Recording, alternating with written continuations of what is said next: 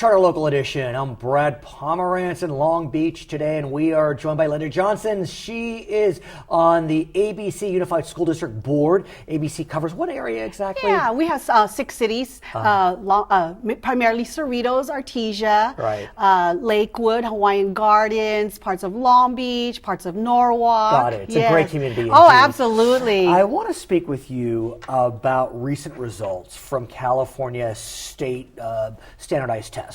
They're now called the CASP. Correct. They used to be called the STAR exam. Correct. And results just came out. First time results were released under this new regime.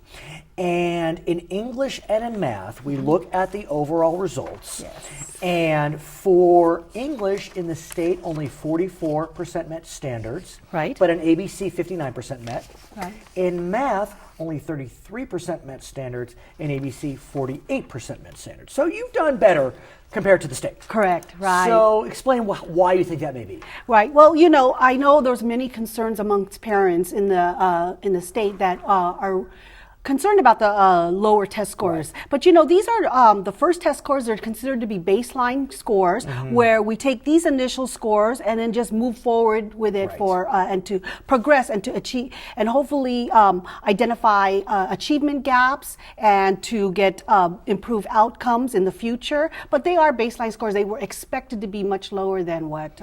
At the same time, though, I do want to get a sense, because I think about your district, and in some ways it feels like a microcosm of California. Yes. A lot of Very diversity. diverse, yeah, yes. but not solely segregated in one diverse group. I mean, you have Asians, Latinos, Anglos, African Americans. I mean, it's really kind of a panoply. Yes. But yet you're 15 points higher in English and 15 points higher in math. Yes. So what is it that you're doing right? Well, early on when we knew that Common Core was coming, our district prepared early on. They took the initiative to become proactive, and our teachers were on board right away with getting those professional development courses, and we've restructured our whole academic services system to give that teacher support to the classroom teachers and to help them with the students. Yeah, so I think we've done a wonderful job of becoming proactive and to taking the initiative to address early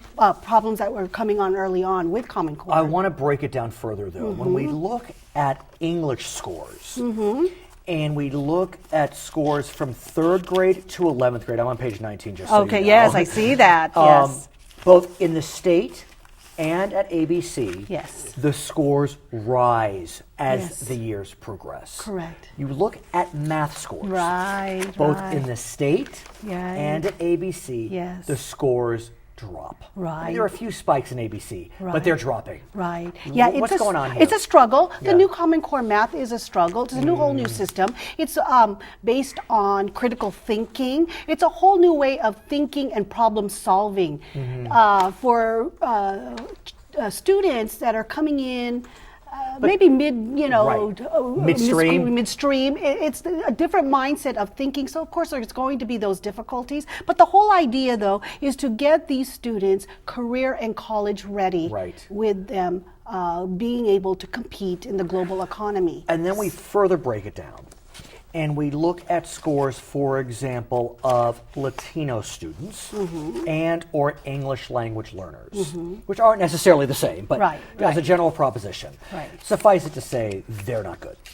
They are not good. What's going on here?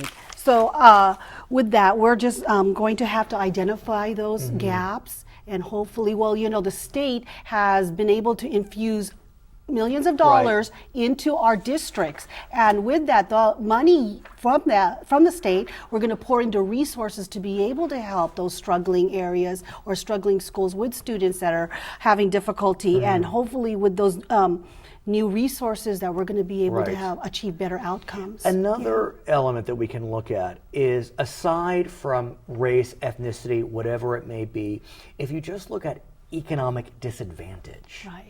Those scores are very telling, because the economic disadvantage scores are much lower than both statewide and at ABC.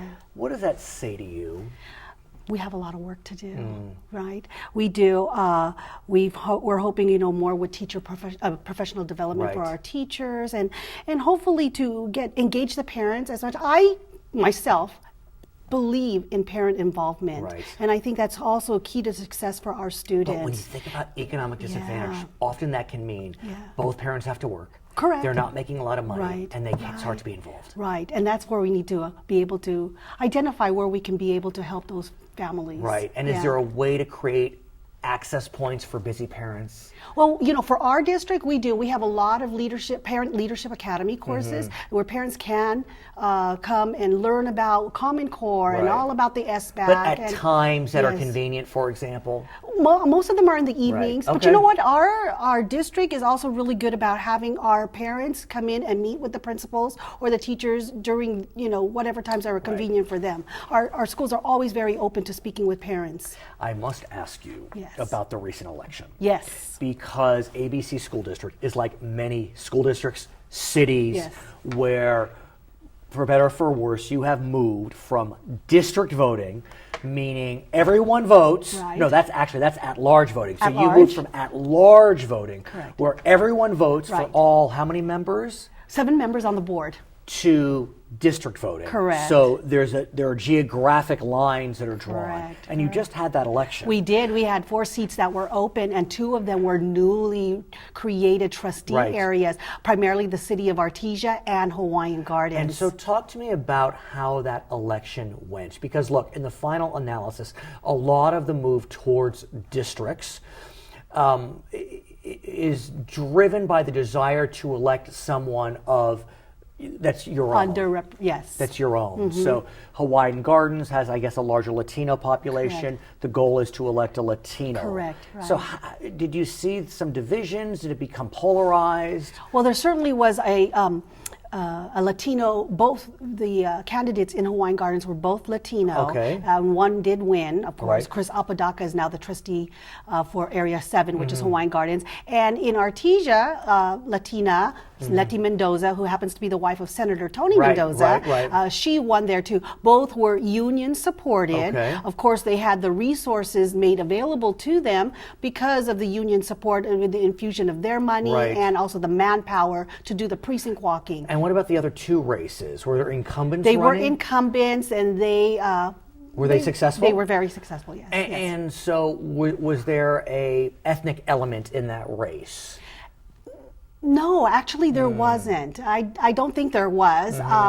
They were both all candidates who had a unique platform understand. that they brought on, but none of it was nothing about charged. ethnicity. Yeah. Give me a sense about voter turnout, because look, it's November 2015. Yes. Not much more on the ballot. Right. Were people energized to get out to vote? Did you see voting? No. It was a very low voter turnout.